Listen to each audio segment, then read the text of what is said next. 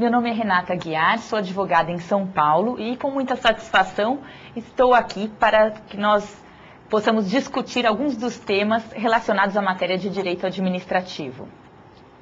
Antes de abordarmos o tema desta aula, gostaria de dizer algumas poucas palavras sobre a importância prática do estudo do direito administrativo voltado para o exame da OAB.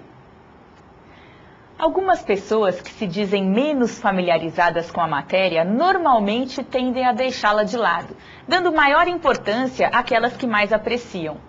Cada um já sabe de antemão onde possui um melhor desempenho. Só que o diferencial nas provas é também buscar pontuação nas disciplinas que consideram mais complexas. Para melhor compreendê-la, é fundamental sempre complementar o estudo das aulas e da apostila com uma leitura atenta dos dispositivos da Constituição Federal, bem como também das demais leis que vamos mencionar, sempre que aqui elas forem citadas.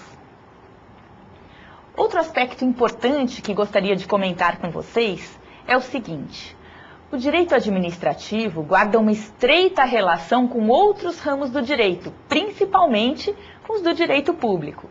Muitas vezes ouvimos falar que a dificuldade maior em se estudar a matéria decorre do fato de que não existe um código de direito administrativo, como temos em tantas outras disciplinas.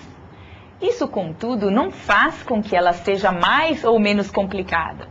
Existem muitas leis esparsas que a regulam, como é o caso da Lei de Licitações, a lei que rege o processo administrativo, a Lei das Concessões e Permissões de Serviços Públicos e tantas outras que vamos aqui mencionar. Necessário mesmo se faz entendê-la dentro de uma visão ampla do direito. E por isso, muitas vezes, vamos recorrer às outras disciplinas que com essas se interligam, buscando sempre uma complementaridade entre todas. Ao longo do curso, também veremos que nosso cotidiano é recheado de exemplos e, à medida em que formos tratando da matéria, procuraremos trazê-los aqui, com a intenção de relacioná-los com a parte teórica. Bem, nossa aula de hoje vai tratar de um tema que é muito caro aos examinadores da OAB, pois com bastante frequência são formuladas questões envolvendo os fenômenos da desconcentração e da descentralização, assim como também as semelhanças e diferenças de cada entidade da administração indireta. Ao lado disso, também estudaremos as figuras jurídicas trazidas pela reforma administrativa, ocorrida com a Emenda Constitucional número 19 de 1998. Vamos à questão inicial. Como é que se estrutura a administração pública no Brasil? Ou seja, quem é que compõe o aparelho administrativo do Estado? O Estado tanto pode ele próprio desenvolver as atividades administrativas que a Constituição Federal delegou, quanto pode desempenhar essas atividades através de outras pessoas. Neste caso, ou o poder público cria por lei outras pessoas jurídicas para desenvolverem determinadas atividades, ou transfere aos particulares o exercício de tais atividades. Anotem uma coisa: o Estado não transfere a titularidade dessas atividades aos particulares, mas apenas o seu exercício.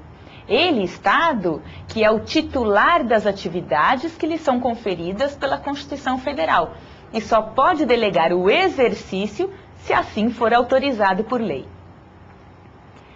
Quando o próprio Estado desempenha tais atividades, ou quando por si mesmo presta determinados serviços, ocorre o fenômeno da centralização.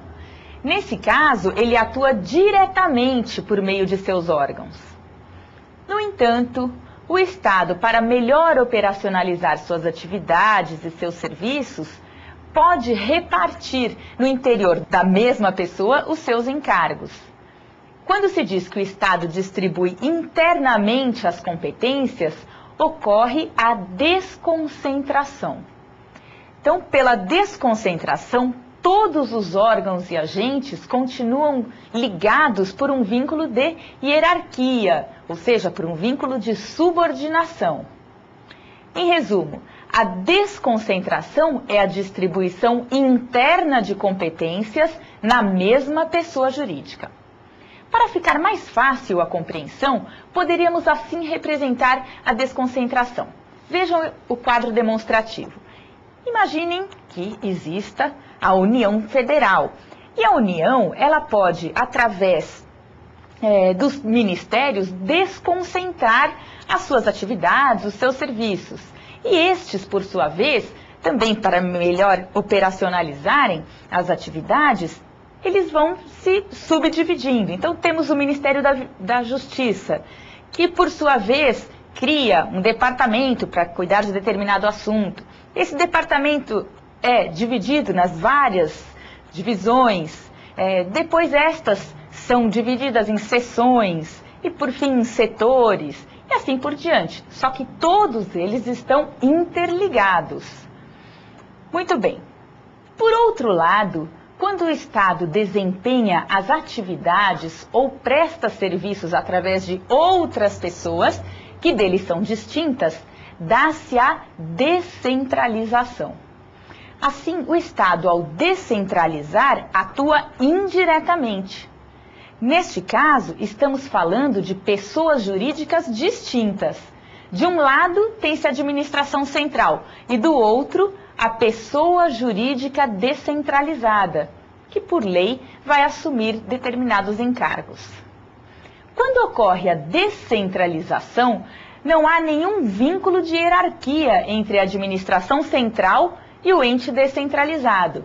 O que passa a existir é um controle, também chamado tutela, feito pela administração pública, em relação à pessoa jurídica descentralizada. E este controle só é exercido através dos limites da lei. Esse controle se justifica porque, uma vez criada determinada entidade, o poder central lhe transfere a execução de determinados serviços. E estas pessoas jurídicas, para desempenharem a incumbência que lhes foi destinada por lei, têm personalidade jurídica própria, têm patrimônio próprio e auto-organização, motivo pelo qual devem ser fiscalizadas, a fim de que o Estado verifique se os seus atos estão mesmo dentro daquilo que é previsto em lei. Por isso é que, como bem esclarece Maria Silvia Zanella de Pietro, o controle exercido sobre tais entidades demonstra, de um lado, que estas entidades possuem a capacidade de autoadministração, o que lhes dá, portanto, o direito de exercer com independência o serviço que lhes foi outorgado por lei. E, de outro lado, significa também que há um dever desses entes, dessas entidades, em desempenhar o serviço, o que as coloca sob fiscalização do poder público, que necessita ter a certeza de que aquela atividade que inicialmente era sua está sendo bem executada por outra pessoa. Também é muito importante ressaltar, como ainda demonstra a autora, que esse controle não significa que os entes descentralizados estejam hierarquicamente subordinados à administração direta. Existe somente uma vinculação para fins de controle e se dá, em geral, com relação ao ministério ao qual estão relacionadas.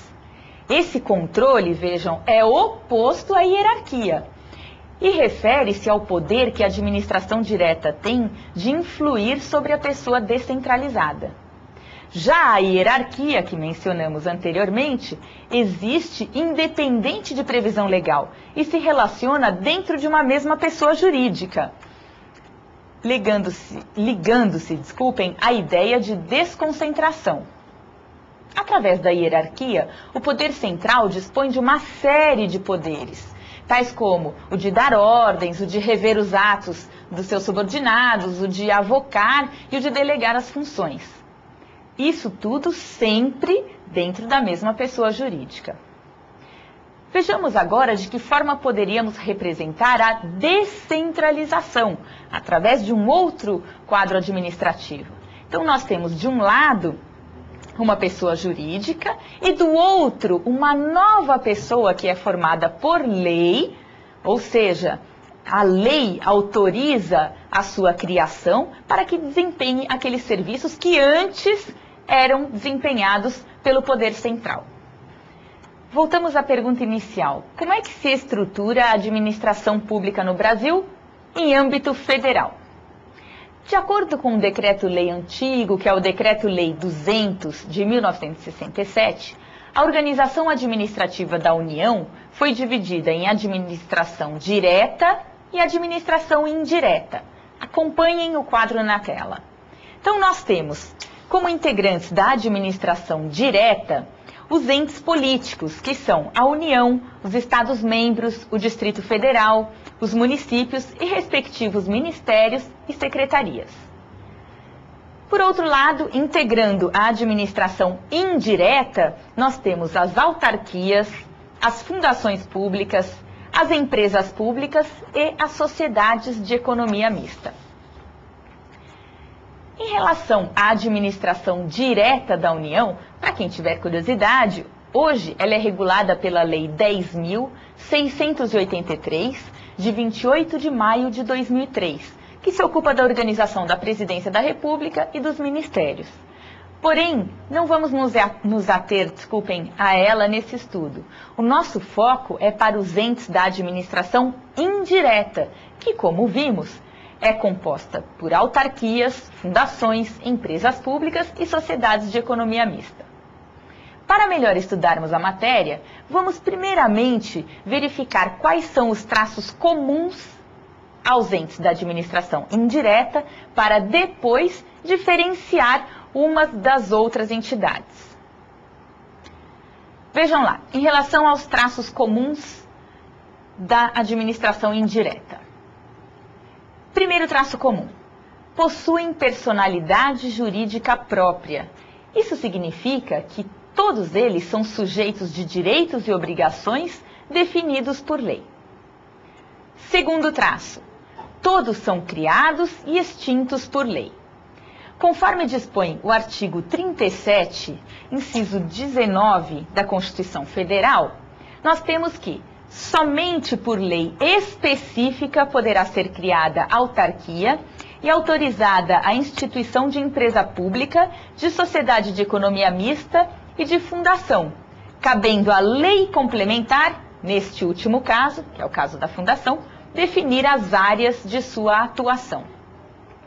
Podemos extrair desse comando legal o seguinte: primeiro, que as autarquias só podem ser criadas através de lei específica. Segundo, que somente por lei específica pode ser autorizada a instituição de fundação, empresa pública e sociedade de economia mista. E terceiro, que a lei complementar definirá as áreas de atuação das fundações. Portanto, como vocês podem verificar, é a lei que define o objeto desses entes. Falta-lhes liberdade na fixação ou modificação de suas finalidades. Muito bem, elas são criadas por lei. E como é que são extintas? São extintas da mesma forma como foram criadas, ou seja, através de lei, porque não se poderia admitir que um ato inferior à lei determinasse, obviamente, a sua extinção. Terceiro traço característico: todas elas estão sujeitas ao controle ou tutela do Estado. O objetivo do controle sobre as entidades da administração indireta, como já mencionamos acima, é assegurar o cumprimento dos objetivos que são fixados na lei. Tanto se sujeitam ao controle interno, que é o exercido pelo Poder Executivo através do ministério ao qual elas estão vinculadas, quanto também se sujeitam ao controle externo, realizado pelo Tribunal de Contas, que é o órgão auxiliar do Poder Legislativo, a quem cabe julgar as contas dos administradores, avaliar a admissão de pessoal, realizar auditorias e inspeções, etc. Quarto traço característico: elas possuem órgãos próprios, patrimônio próprio e dirigentes próprios. Justamente por serem sujeitos de direitos e de obrigações, seu patrimônio está voltado a garantir que seja atingida a sua finalidade, já previamente definida por lei. No tocante à escolha dos dirigentes, a lei estabelece quem é que os escolhe. Na esfera federal, normalmente são os ministros de Estado ou até mesmo o presidente da República. Vamos então passar agora ao quinto traço característico. O que elas têm em comum? Dever de realizar licitação em regra. Ou seja, como regra geral, todas as entidades da administração indireta, para adquirir determinados bens ou serviços, devem realizar licitação, naquelas modalidades, previstas pela Lei de Licitações, que vocês vão estudar numa aula própria. Isso está disposto no artigo 37, inciso 21 da Constituição Federal. Quando tratarmos das empresas públicas e das sociedades de economia mista, aquelas que sejam exploradoras de atividade de natureza econômica, veremos algumas diferenças no que se refere às normas para licitação. Sexto traço característico. O ingresso dos seus agentes se faz através de concurso público. Isso também está disposto na Constituição Federal, no artigo 37, inciso 2. Então, não é o dirigente de uma entidade da administração indireta que escolhe quem vai ou não pertencer aos seus quadros. Ou seja, quem vai exercer um cargo ou um emprego público. Porque os agentes, salvo, claro, aqueles que têm função comissionada, somente ingressam por concurso público nesses quadros da administração indireta e não através daquela seleção, como ocorre por aí nas empresas privadas. Portanto, não existe essa liberdade. Todos eles ingressam através de concurso público.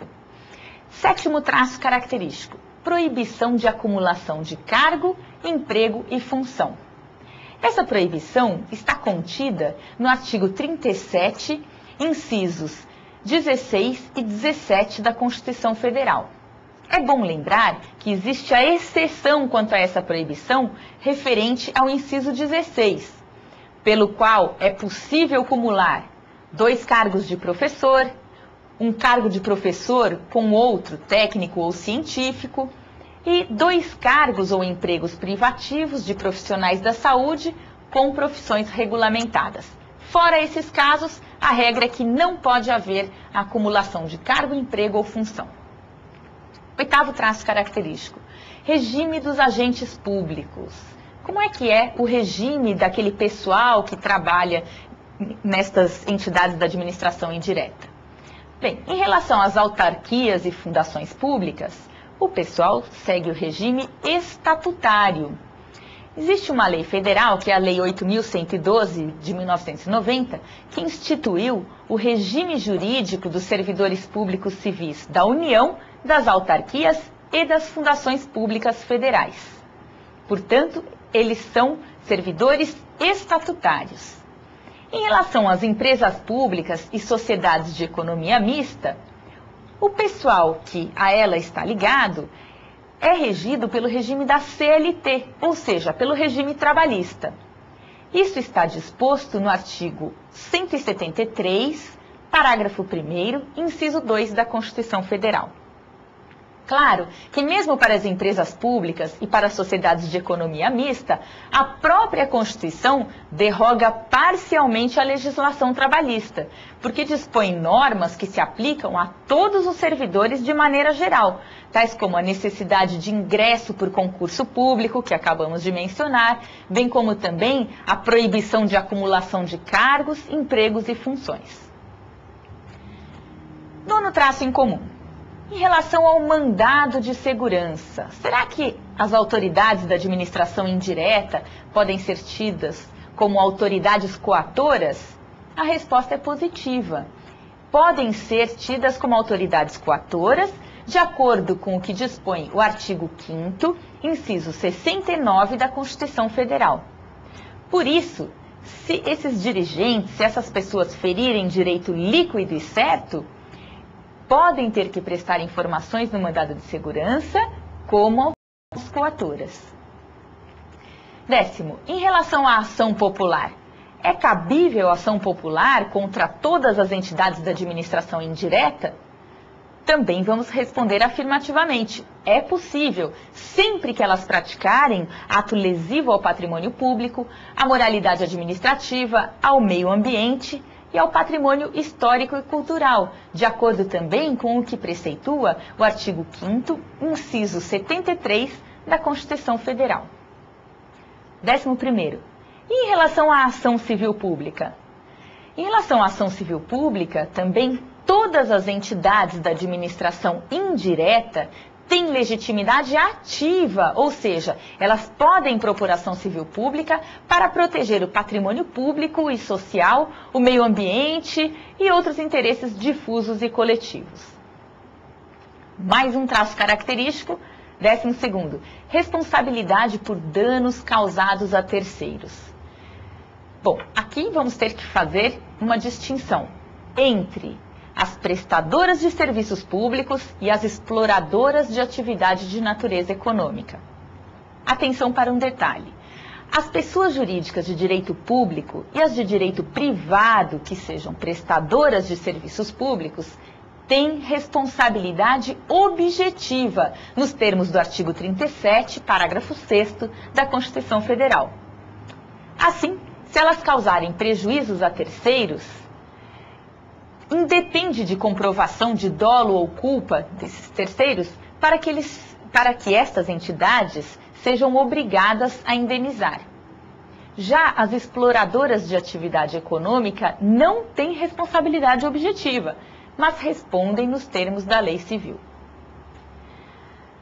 O que a doutrina tem defendido é a possibilidade de o Estado responder subsidiariamente quando o patrimônio da entidade se exaure, ou seja, a pessoa política que institui a entidade, ou a qual ela fica vinculada, deve responder de forma subsidiária pelas obrigações que esta não tenha condições de cumprir. Esboçadas as características comuns aos entes da administração indireta, veremos agora mais atentamente em que essas entidades se diferenciam. Quais são as prerrogativas e as restrições que cada uma delas possui? Começaremos pelas autarquias. De acordo com o conceito dado pelo professor Celso Antônio Bandeira de Mello, as autarquias são pessoas jurídicas de direito público com capacidade exclusivamente administrativa. Para melhor compreendermos, podemos exemplificar as autarquias citando aqui algumas delas. Temos o INSS, que é o Instituto Nacional do Seguro Social, a OAB, o INCRA, que é o Instituto Nacional de Colonização e Reforma Agrária, o IBAMA, que é o Instituto Brasileiro do Meio Ambiente, a USP, que é a Universidade de São Paulo, dentre tantas outras.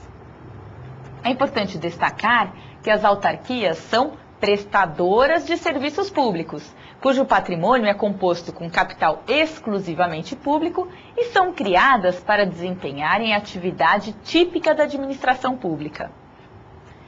Por isso, têm as mesmas prerrogativas que qualquer ente da administração direta. Vamos ver agora as características e os privilégios inerentes às autarquias. Primeiro, são pessoas jurídicas de direito público. Seguem, portanto, as normas do direito público e, por isso, se confundem até mesmo com o próprio Estado. Segundo, são criadas por lei específica. A lei específica que cria uma autarquia é de iniciativa do chefe do Poder Executivo. Cada autarquia, portanto, terá uma lei própria, específica, que a cria e que a regule pormenorizadamente. Terceiro, elas são, como já dissemos, prestadoras de serviços públicos. Quarto item, em relação aos prazos processuais. As autarquias são consideradas fazenda pública e a elas se aplica o artigo 188 do Código de Processo Civil. Lembram-se do que reza esse artigo 188? É aquele que dispõe: computar-se-á em quádruplo o prazo para contestar e em dobro para recorrer, quando a parte for a Fazenda Pública ou o Ministério Público. Elas possuem, portanto, a prerrogativa de prazos processuais mais dilatados, mais alargados. Quinta característica: seus bens são considerados bens públicos. Com isso, existe a impossibilidade de execução sobre esses bens. Da mesma forma, todos os bens são insuscetíveis de uso capião e também não podem ser objeto de direito real de garantia. Sexta característica: elas têm imunidade em relação aos impostos. De acordo com o artigo 150, inciso 6, a linha A da Constituição Federal, é vedada a cobrança de impostos sobre os bens, renda ou serviços das autarquias. Elas têm, portanto, o privilégio da imunidade em relação aos impostos. 7º item. Responsabilidade direta das autarquias e subsidiária do Estado pela solvência das suas obrigações. Isso significa que as autarquias, por serem sujeitos de direitos e obrigações e por terem, portanto, patrimônio próprio, respondem por suas próprias dívidas e obrigações contraídas. Somente quando se esgotarem os recursos é que nascerá a responsabilidade do Estado, que é, portanto, subsidiária em relação a essa entidade. Ou seja, a administração direta somente poderá ser acionada depois de exauridos todos os recursos da autarquia. 8º, elas não se submetem ao regime falimentar. Claro, as autarquias, por serem pessoas jurídicas de direito público, prestadoras de serviços públicos, não estão sujeitas à falência, até porque nem realizam atos de comércio. 9º, em relação ao teto remuneratório, vocês vão melhor ver isso na matéria referente aos agentes públicos, mas vamos adiantar só uma pequena parte.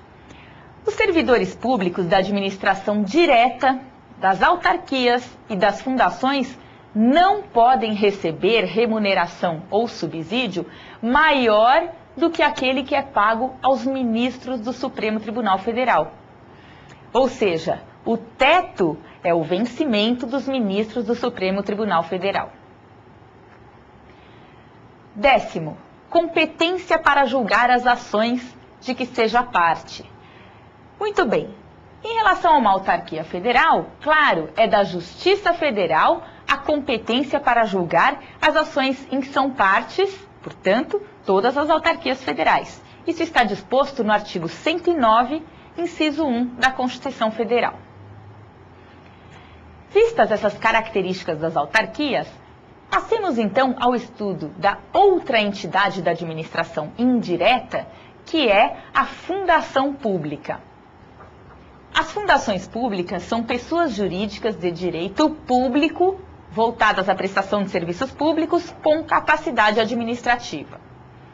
De fato, a doutrina majoritária entende que elas são uma espécie de autarquia e se assemelham, portanto, às autarquias. Como exemplos de fundações públicas, podemos destacar o PROCON, o IBGE, que é o Instituto Brasileiro de Geografia e Estatística, e a Fundação Memorial da América Latina. Existem vários outros ainda. É válido mencionar que o Decreto-Lei 200 de 67 define as fundações como pessoas jurídicas de direito privado. No entanto, essa definição foi bastante criticada pela doutrina, principalmente pelo professor Celso Antônio Bandeira de Mello, que apontou, na realidade, um equívoco cometido pela legislação. Após a Constituição Federal de 88, a maioria da doutrina entende que se trata de pessoa jurídica de direito público.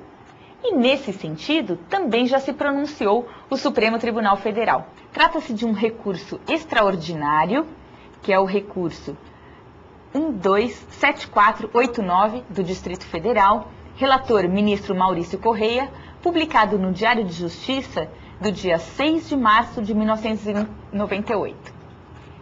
Esclarece o seguinte: embora o artigo 109 da Constituição Federal não se refira expressamente às fundações, o entendimento desta Corte é no sentido de que a finalidade, a origem dos recursos e o regime administrativo de tutela absoluta, a que por lei está sujeita a entidade, fazem dela espécie do gênero autarquia e, por isso, são jurisdicionadas à Justiça Federal, ser instituídas pelo governo federal. Em tudo, portanto, de acordo com esse entendimento, as fundações se equiparam às autarquias, seja referente ao regime jurídico, seja em relação às garantias e aos privilégios, motivo pelo qual tudo o que se expôs relativo às autarquias vale também para as fundações. No entanto, é importante ressaltarmos que há uma divergência doutrinária, no sentido de que alguns autores entendem ser possível haver fundação de direito privado. Esta é a posição de Maria Silvia Zanella de Pietro. De qualquer forma, todas as fundações governamentais nunca se submetem inteiramente ao direito privado, pois sempre estarão sob a influência do direito público. A autora defende que a fundação privada, perante o poder público, se assemelha às sociedades de economia mista e também se assemelha às empresas públicas, no sentido de que todas elas são entidades públicas com personalidade jurídica de direito privado, com o objetivo de realizar determinadas finalidades que lhe foram estabelecidas por lei. Além disso, submetem-se ao controle do Estado e, por isso mesmo, gozam de autonomia parcial. Não se preocupem muito com alguma questão sobre esse tema, porque se existe uma divergência doutrinária, então significa que as duas posições seriam defensáveis. Acredito que o exame da OAB não vai perguntar especificamente, como até hoje ainda não perguntou, se existe fundação de direito privado ou se há apenas fundação de direito pública instituídas pelo poder público. No entanto, particularmente tendo em vista as várias disposições da Constituição Federal de 88, que parecem equiparar as fundações às autarquias, recomendaria a posição adotada pelo professor Celso Antônio Bandeira de Mello, no sentido de que as fundações são de direito público. De qualquer forma, na prática, para melhor análise de cada uma das fundações, ou seja, do seu regime jurídico, deve-se observar o que dispõe a lei que as criou, porque lá é que deve vir configurado esse seu regime jurídico. Na próxima aula, vamos abordar as outras entidades da administração indireta, que são as empresas públicas e as sociedades de economia mista, bem como também vamos verificar os institutos trazidos pela reforma administrativa, quando então trataremos das agências executivas, das agências reguladoras, das organizações sociais, da organização da sociedade civil de interesse público, e por entender que é uma matéria relacionada a vários desses institutos, também trataremos da essência dos contratos de gestão. Até lá!